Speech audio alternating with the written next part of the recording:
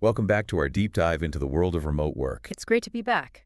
So you've landed that dream remote job, Congratulations. but how do you actually make it work? Right. One of the big perks of working from home is the flexibility, Right.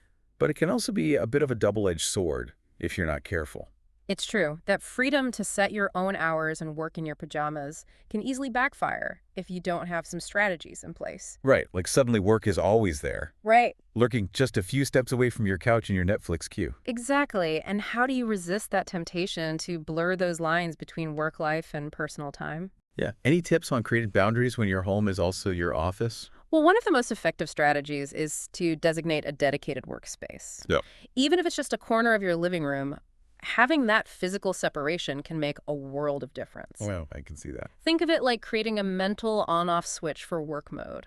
I love that. So when you step into that space, Yeah. you're at work. When you step out, You're off the clock. you're off the clock. Okay. What about setting specific work hours? Is that helpful? Absolutely. Having clear work hours and communicating them to your team and family can help you stay focused during work time and fully present during personal time.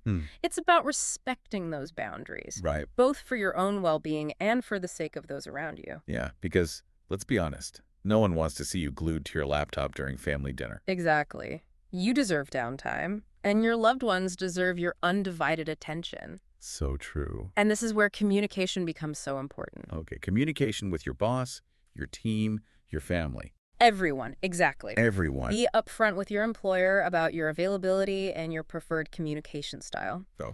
Do you prefer instant messages or emails? Are you okay with occasional after-hours calls, or do you strictly log off at 5:00 p.m.? Right. Setting those clear expectations from the start can prevent misunderstandings down the road. Yeah. And with your family, it's about letting them know when you're in work mode and when you're available to hang out. Right. Maybe even creating some visual cues, Yeah. like a do not disturb sign on your office door. That's a great idea. Visual cues can be really helpful, Yeah. especially for kids who might not understand the concept of working from home. Right, right. They just see you there and think, oh, mom or dad is home, let's play. Exactly. But if they see that sign, they know, okay, Boundaries.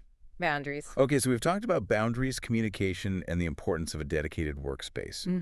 Any other tips on making remote work? Well, work. One of the biggest challenges of remote work is staying organized and managing your time effectively, especially when you don't have the structure of a traditional 9-to-5 workday. Totally. It's easy to get sidetracked when your to-do list is competing with a mountain of laundry and the latest Netflix release. Exactly. That's why it's crucial to find systems and tools that work for you. Okay. Maybe it's a digital to-do list, a project management app, or a good old-fashioned planner. Yeah. Experiment and find what helps you prioritize tasks and stay on top of your workload. So it's about taking ownership of your schedule and workflow, even when you don't have a boss physically looking over your shoulder. Right. And let's be real, some days are going to be harder than others. Oh, yeah. There will be days when procrastination wins, when the lure of social media or that unfinished household chore is just too strong. We've all been there. Any tips for getting back on track when motivation wanes? Absolutely. First, don't beat yourself up. Right. Everyone has off days. The key is to recognize when you're getting sidetracked and to have some strategies in place to help you refocus. Like what?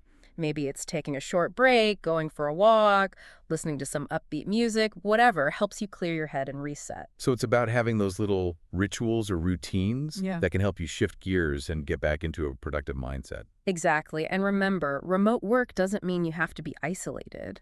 That's a good point. One of the things the article doesn't address fully is the social aspect of work. Okay. When you're working from home, it's easy to feel disconnected from colleagues and miss out on those water cooler chats. It's true. You don't get those serendipitous hallway conversations or impromptu brainstorming sessions when you're working remotely. Right. How do you maintain those social connections and avoid feeling isolated? Well, for starters, be proactive about staying in touch with your colleagues. Cool. Schedule regular video calls, even if it's just for a quick chat. Yeah. Participate in online team building activities or virtual coffee breaks. Mm-hmm. And if possible, try to meet up with colleagues or other remote workers in your area for some face-to-face interaction. Yeah, so it's about creating your own virtual water cooler moments Exactly. and being intentional about building those connections. Exactly. Remote work doesn't have to be a solitary endeavor. Right. With a little effort, you can create a fulfilling and connected work life, even from the comfort of your own home. This has been so insightful. We've covered everything from setting boundaries to staying connected. We have. But what about the bigger picture? Yeah. How is this shift towards remote work impacting our cities, our economies, even our society as a whole? That's a great question, and it's something we'll be exploring in the final part of our deep dive.